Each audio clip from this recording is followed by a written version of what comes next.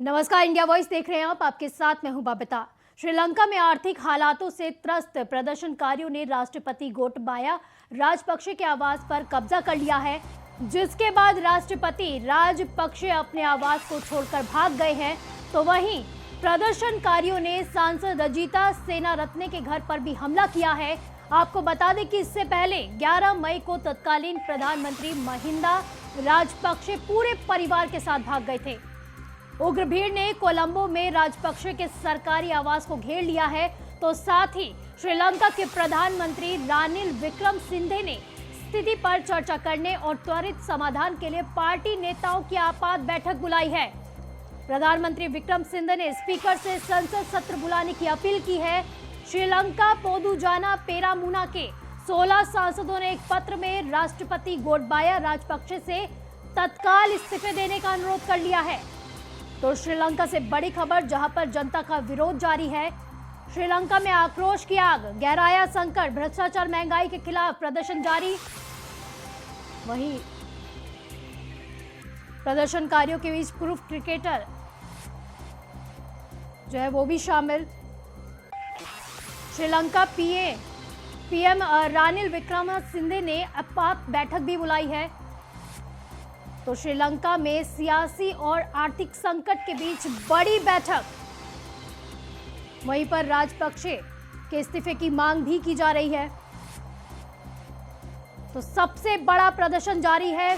तस्वीरों में आप देख सकते हैं किस तरह की भीड़ देखी जा सकती है, कितनी भीड़ है। राष्ट्रपति के आवास को घेर लिया गया है, प्रधानमंत्री के आवास को घेर लिया गया है। तो प्रदर्शनकारियों में विरोध जारी है। तो राष्ट्रपति गोटबाया राजपक्षे से तत्काल इस्तीफा देने का अनुरोध भी किया गया है। वहीं प्रधानमंत्री विक्रमसिंघे ने स्पीकर से संसद सत्र बुलाने की अपील भी की है।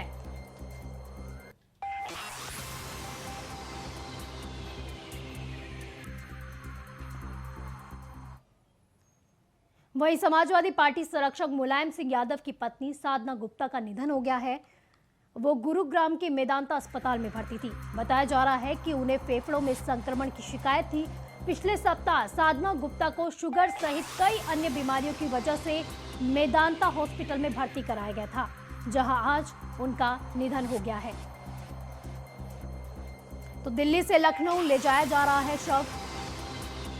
मुलायम सिंह यादव की पत्नी साधना गुप्ता का कल अंतिम संस्कार होगा। लखनऊ में उनका शव ले जाया जा रहा है और कल उनका अंतिम संस्कार किया जाएगा। साधना गुप्ता का मेदांता हॉस्पिटल जो गुरुग्राम में स्थित है, वहां पर उनका निधन हुआ है। फेफड़ों में संक्रमण से जो है वो जूझ रही थी काफी समय से, जिसके बाद आज उनका निधन हो गया है। काफी समय से वो अस्पताल में भर्ती थी। फेफड़ों में संक्रमण के कारण वो अस्पताल में भर्ती हुई। उसी के साथ ही कई और बीमारियां भी थी उन्हें। दिल्ली से आज उन्हें लखनऊ ले जाया जा रहा है। उनका पार्थिव शरीर आज लखनऊ ले जाया जाएगा, जिसके बाद कल उन्हें जो है अंतिम विदाई दी जाएगी। उनका कल अंतिम संस्कार किया जाएगा। तो साधना गुप्ता का मेदांता में आज निधन हो गया है। मुलायम सिंह यादव की पत्नी है साधना गुप्ता, जिनका मेदांता में कई समय से उनका इलाज चल रहा था। फेफड़ों में संक्रमण के कारण वो अस्पताल में भर्ती थी और आज उनका निधन हो गया है। तो आज उन्होंने मेदांता हॉस्पिटल में आखिरी सांस ली, जिसके बाद उनका आज निधन हो गया है। वहीं अब दिल्ली से उन्हें लखनऊ ले जाया जा रहा है। उनका पार्थिव शरीर लखनऊ पहुंचाया जा रहा है, जिसके बाद कल उनका जो है अंतिम संस्कार किया जाएगा।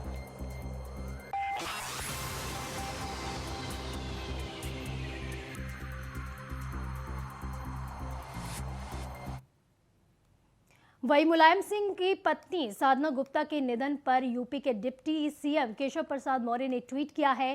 पूर्व मुख्यमंत्री श्री मुलायम सिंह यादव जी की पत्नी श्रीमती साधना गुप्ता जी के निधन का दुखद समाचार मिला। प्रभु पूर्णात्मा को अपने श्री चरणों में जगह दे। आदरणीय श्री मुलायम सिंह जी और परिजनों को ये दुख सहन करने की क्षमता दी जाए। ओम शांति ओम। तो ये जो है केशव प्रसाद मौर्य ने ट्वीट किया है, जिसके जरिए उन्होंने अपनी संवेदना व्यक्त की है। पूर्व मुख्यमंत्री मुलायम सिंह यादव के लिए उन्होंने ट्वीट किया है और साथ ही साथ लिखा है कि पूरे परिवार को भगवान जो है इस दुख को सहन करने की क्षमता दे। तो यूपी के डिप्टी सीएम केशव प्रसाद मौर्य का ट्वीट आया है। मुलायम सिंह यादव की पत्नी के निधन के बाद उन्होंने ट्वीट किया, साथ ही साथ परिवार को इस दुख से, इस दुखद समाचार से लड़ने के लिए उन्होंने भगवान से प्रार्थना की है। तो आदरणीय श्री मुलायम सिंह यादव जी और परिजनों को ये दुख सहन करने की क्षमता दे। लास्ट में उन्होंने लिखा, ओम शांति शांति।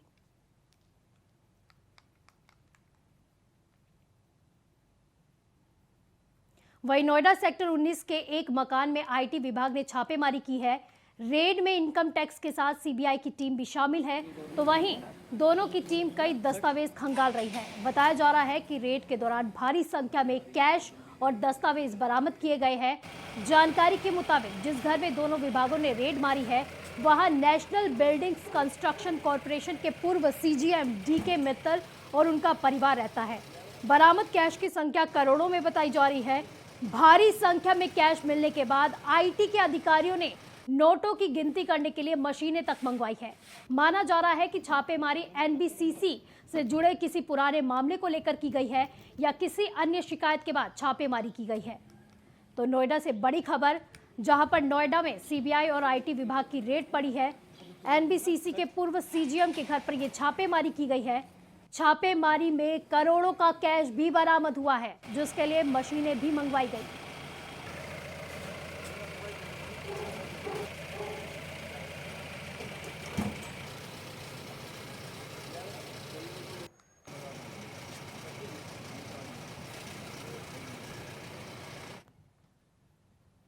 वहीं राष्ट्रीय कांग्रेस पार्टी ने आज 22 राज्यों में एक साथ प्रेस कॉन्फ्रेंस की। इस कड़ी में झारखंड पहुंची कांग्रेस की राष्ट्रीय प्रवक्ता अलका लांबा ने कांग्रेस प्रदेश कार्यालय से भाजपा पर जमकर हमला बोला। उन्होंने भाजपा के आतंकवादियों से रिश्ते को टैगलाइन देते हुए कहा कि भाजपा का आतंकवादियों से नाता है, ये रिश्ता क्या कहलाता है। इस टैगलाइन के जरिए अलका लांबा ने 7 खुलासे भी किए हैं और 7 तस्वीरें भी जारी की हैं। 7 सवालों में राजस्थान में कन्हैया लाल की हुई हत्या का आरोपी रियाज अंसारी को अलका लांबा ने बीजेपी का सक्रिय कार्यकर्ता भी बताया।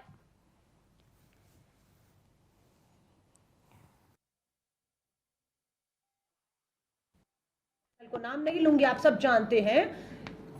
उनकी एंकर भाजपा की लाइन, सांप्रदायिकता की, नफरत की लाइन लेती है।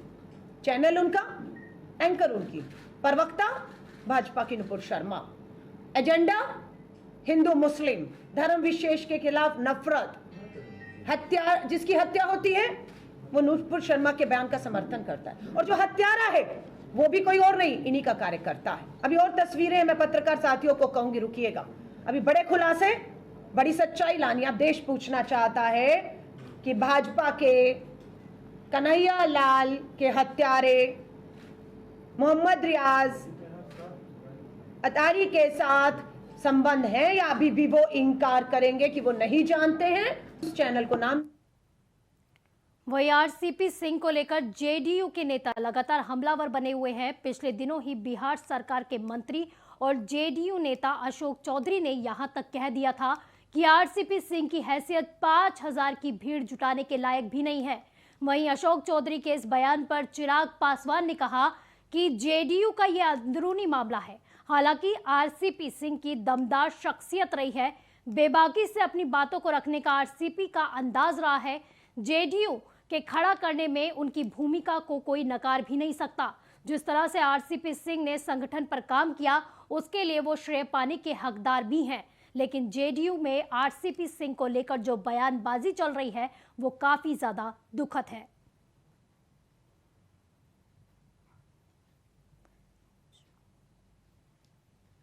इंटरनल मैटर है जनता दल यूनाइटेड का, और मुझे नहीं लगता कि इसमें मेरा या किसी भी और राजनीतिक दल का हस्तक्षेप करना बनता है। कौन किसको दल में रखना चाहता है, कौन नहीं रखना चाहता है, कौन रहना चाहता है, कौन नहीं रहना चाहता है, ये उस पॉलिटिकल पार्टी का कम्प्लीटली इंटरनल मैटर है। हैविंग सेड दैट, मैं इतना मैं ज़रूर बोलूँगा कि यकीनन आरसीपी जी का अपना एक व्यक्तित्व रहा है, दमदार शख्सियत उनकी रही है, बेबाकी से अपनी बातों को रखने का उनका अंदाज़ रहा है। और जनता दल यूनाइटेड को खड़ा करने में उनकी भूमिका को मुझे नहीं लगता कि कोई भी नकार सकता है। जिस तरीके से संगठन पर उन्होंने काम किया, उन्होंने मेहनत की, यकीनन उस श्रेय के वो ज़रूर हकदार हैं। इंटरनल मैटर है जनता दल यूनाइटेड का, और मुझे नहीं लगता कि इसमें मेरा या किसी भी और राजनीतिक दल का हस्तक्षेप करना बनता है। कौन किसको दल में रखना चाहता है, कौन नहीं रखना चाहता है, कौन रहना चाहता है, कौन नहीं रहना चाहता है, ये उस वही फिल्म मेकर लीना की काली डॉक्यूमेंट्री के पोस्टर पर विवाद थमने का नाम नहीं ले रहा। अब इस मामले पर भजन सम्राट और बिग बॉस के कंटेस्टेंट रहे अनूप जलोटा ने कहा कि पहली बार जब उसने पोस्टर बनाया था तो मुझे लगा ही था कि वो अपनी फिल्म की सस्ती पब्लिसिटी के लिए ऐसा ही कर रही हैं, लेकिन जब उसने दोबारा किया तब ये पक्का हो गया कि वो पागल हैं और उसे जल्द से जल्द पागल खाने भेजा जाए।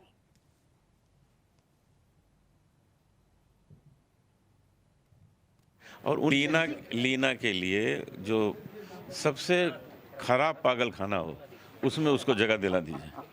देखिए, पहली बार उसने जब पोस्टर बनाया तो हमको लगा अपनी फिल्म की पब्लिसिटी के लिए कर रही है, तो लोग करते हैं, बेहूदी करते हैं, चीप सस्ती पब्लिसिटी के लिए, सस्ते प्रचार के लिए। लेकिन जब उसने दोबारा किया तो वो तो पक्का हो गया कि तो पागल है। तो पागल लोग तो इस तरह की हरकतें करते ही रहते हैं, तो उनको पागल खाने में रखो, वो उस तरह के चित्र बनाती रहें और उन्हीं पागलों में बांटती रहें। सब लोग देखेंगे, हंसेंगे, डांस करेंगे उसमें। लेकिन टीएमसी की सांसद इसको सही ठहरा रही हैं, खुले मन से वो इसका समर्थन भी कर रही हैं। उसको गलत कह दिए। अरे इसको बिल्कुल समर्थन करना ही नहीं चाहिए, गलत कह दीजिए, वो तो गलत कर रही है। वहीं काशी हिंदू विश्वविद्यालय में कर्मचारियों ने सैलरी में लेट लतीफी के खिलाफ धरना प्रदर्शन किया है। आपको बता दें कि बीएचयू में हॉर्टिकल्चर विभाग के स्टाफ ने पहले वीसी लाज और उसके बाद मधुबन पार्क में धरना दिया। साथ ही उन्होंने कहा है कि यहां आए सारे कर्मचारी विद्यालय पद पर कार्यरत हैं। हमें 5 महीने की सैलरी अभी तक नहीं दी गई है। वहीं विश्वविद्यालय प्रशासन के लोग बातचीत भी नहीं कर रहे। वहीं कर्मचारियों ने विभाग के प्रोफेसर अनिल सिंह पर गाली गलौज और अभद्रता करने तक का आरोप लगाया है।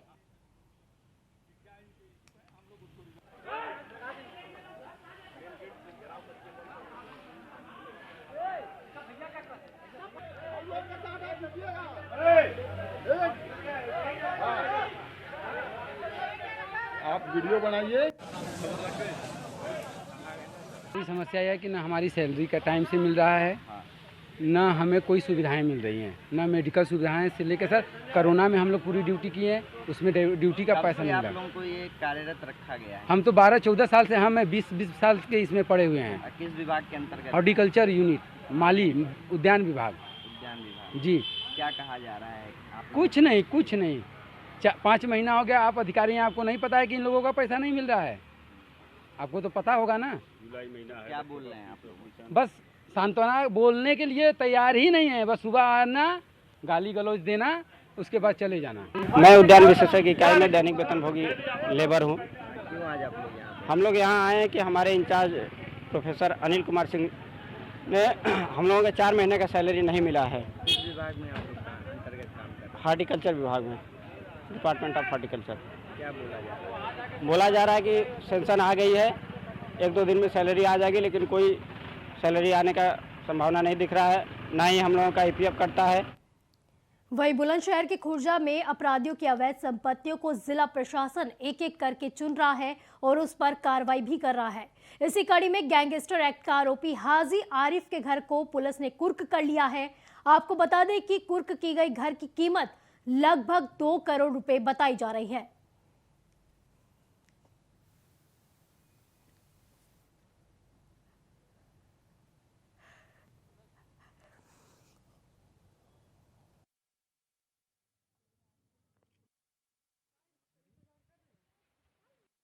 ये जिलाधिकारी महोदय के आदेशानुसार धारा 14(1) में गैंगस्टर एक्ट के अंतर्गत आरिफ पुत्र यामीन एक अभियुक्त है। इसके खिलाफ सेक्शन 14(1) में डीएम सर के आदेश हुए हैं कि इसकी।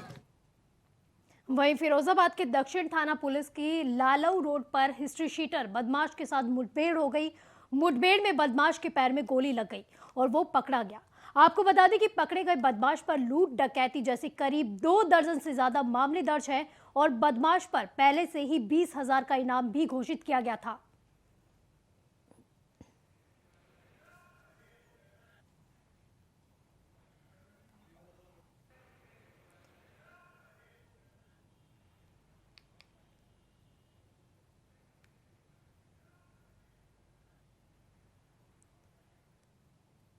वहीं कुशीनगर तरिया सुजान थाना क्षेत्र के चैनपट्टी गांव में पुलिस और पशु तस्करों के बीच मुठभेड़ हो गई। वहीं इस मुठभेड़ में 2 तस्करों को गोली लग गई। वहीं सब इंस्पेक्टर आशीष सिंह घायल हो गए हैं। आपको बता दें कि इस कार्रवाई में घायल इमामुल और सलीम शाह समेत 3 तस्कर गिरफ्तार किए गए हैं। तो इसी के साथ ही पुलिस ने मौके से एक पिकअप, चाकू, कुल्हाड़ी और 2 तमंचा समेत 7 गोवंशीय पशुओं को भी बरामद किया है।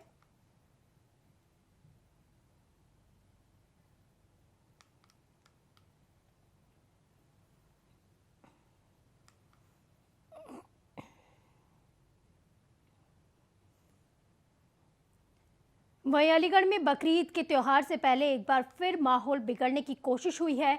टप्पल के नूरपुर गांव में हिंदुओं की बारात में गैर समुदाय के लोगों ने छतों से अंडे फेंके, जिससे कि माहौल को तनावपूर्ण किया जा सके। दरअसल जाटव समाज की 2 बेटियों की बारात आई थी।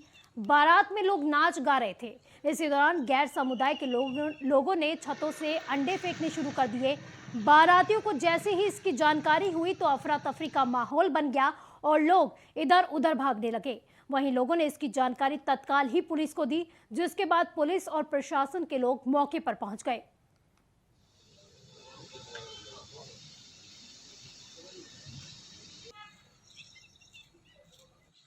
ये अंडा फेंके जी दूल्हा के ऊपर। कब फेंके थे? क्या हो रहा था जब? बारात चढ़ाई का जब। कहाँ होके ला रहे थे आप बारात? बारात न्यू आ रही जी, इनके मोहल्ले में है कर आ रही।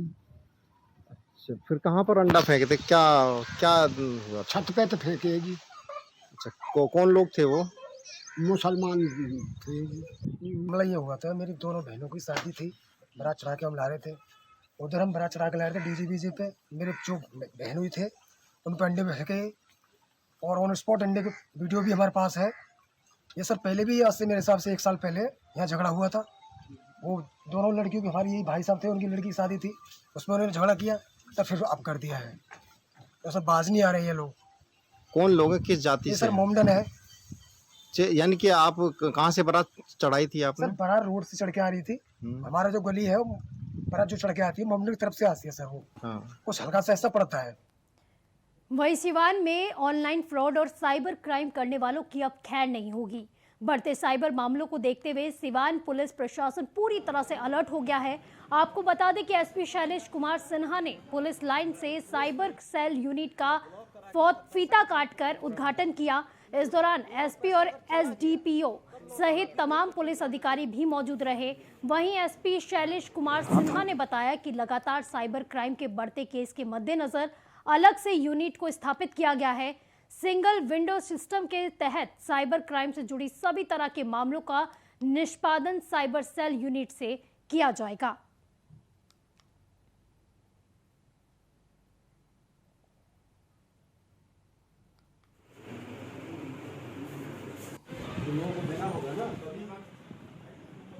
व्यवस्थित ढंग से आज उद्घाटन करके इस्टेब्लिश किया गया है और इसमें आम नागरिक के लिए टेलीफोन नंबर और व्हाट्सएप नंबर की सुविधा दी गई है। और कोई भी व्यक्ति जो इस तरह के फ्रॉड से पीड़ित हो रहा है वह इस टेलीफोन नंबर पर या व्हाट्सएप नंबर से तुरंत इसको सूचना देगा। उनका यहाँ पे स्वागत भी है, वे आके भी कंप्लेन कर सकते हैं और यह सेल तत्काल उस पर जो आवश्यक कार्रवाई है वह कार्रवाई सुनिश्चित करेगा व्यवस्थित ढंग। वहीं कांवड़ यात्रा, ईद उल जुहा और मुहर्रम जैसे त्योहारों के मद्देनजर एडीजी संभल पहुंचे हैं। आपको बता दें कि संभल पहुंचने के बाद उन्होंने धर्म गुरुओं के साथ बैठक की और बैठक में उन्होंने कहा कि त्योहारों में माहौल खराब करने वालों के खिलाफ सख्त कार्रवाई की जाएगी। तो इसी के साथ ही खुले में कुर्बानी करने और प्रतिबंधित पशुओं की कुर्बानी देने वालों के साथ सख्ती से निपटा जाएगा, ऐसा भी कहा गया।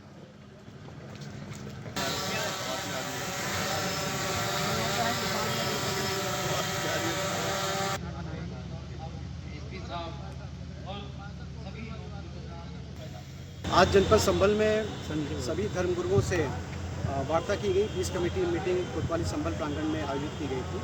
यहाँ सभी समुदाय के लोग और संभल के सम्रांत लोगों से वार्ता की गई और सभी से अपील किया गया कि आने वाले जो त्यौहार, आने वाले पर्व हैं, बकरीद, श्रावण महीना है, महाशिवरात्रि, इन सभी पर्वों में हम लोग शांति व्यवस्था बनाए करके रखें। एक दूसरे के प्रति हम लोग सौहार्दपूर्ण माहौल रखें। किसी भी दशा में संभल का। वहीं 10 जुलाई यानी कि कल ईद उल अजहा का त्यौहार मनाया जाएगा, जिसको लेकर अयोध्या जिला प्रशासन भी अलर्ट है। संवेदनशील क्षेत्रों में पुलिस रूट मार्च निकालकर आवाम को सुरक्षा का भरोसा दिला रही है। तो इसी के साथ ही मुस्लिम धर्म गुरुओं को सौहार्द बनाए रखने की भी अपील कर रहे हैं। इस बीच एसपी प्रशांत वर्मा ने बताया कि जनपद में पीस कमेटी की बैठक कर सभी से सौहार्द बनाए रखने की अपील की गई है। कहीं किसी भी तरह की कोई दिक्कत ना हो। बकरीद की नमाज सिविल लाइन, ईदगाह और मस्जिदों में ही पढ़ी जाएगी। साथ ही कहा कि सरकार की गाइडलाइंस के मुताबिक ही सड़कों पर नमाज पढ़ी जाएगी। वहीं मुस्लिम धर्म गुरु मौलाना शमशुल कादरी ने भी मुस्लिम भाइयों से अपने नजदीकी मस्जिद या फिर सिविल लाइन, ईदगाह में बकरीद की नमाज पढ़ने और सामाजिक सौहार्द भाईचारा बनाए रखने की भी अपील की। आपको बता दें कि सरकारी गाइडलाइंस के मुताबिक कुर्बानी की वीडियो वायरल होने पर उस पर सख्त कार्रवाई की जाएगी। सभी थानों पे हमारी पीस कमेटी की बैठक हो चुकी है और लोगों को जो शासन के दिशा निर्देश हैं उनसे अवगत करा दिया गया है और उनसे अपील की गई है कि एक शांतिपूर्ण वातावरण में जो निर्देश हैं उनका पालन करते हुए एक सौहार्दपूर्ण वातावरण में अपने पर्व को मनाएं और इस प्रकार से मतलब अपना पर्व को हम जो परंपराएं हैं उनको करें ताकि किसी प्रकार से हमारा जो सांप्रदायिक। यूँ ही जामा मस्जिद टारशाह की मुंतजमा कमेटी ने जिला प्रशासन के आदेश के बाद ये फैसला लिया है कि इस साल ईदगाह सिविल लाइन फैज़ाबाद में ईद उल अज़हा की नमाज के लिए 3 जमातें कायम की जाएंगी। पहली जमात 8 बजे होगी, दूसरी जमात 8:30 बजे होगी, तीसरी जमात 9 बजे होगी। उसके बाद 9:30 बजे मरकज़ी जामा मस्जिद टारशाह में एक जमात कराई जाएगी। आप तमाम हज़रात से गुजारिश है कि इस ऐलान का ख्याल करें और वक्त पर ईदगाह और मस्जिद में पहुँच करके ईद उल अज़हा की नमाज। इस बुलेटिन में फिलहाल के लिए बस इतना ही। आप देखते रहिए इंडिया वॉइस। नमस्कार।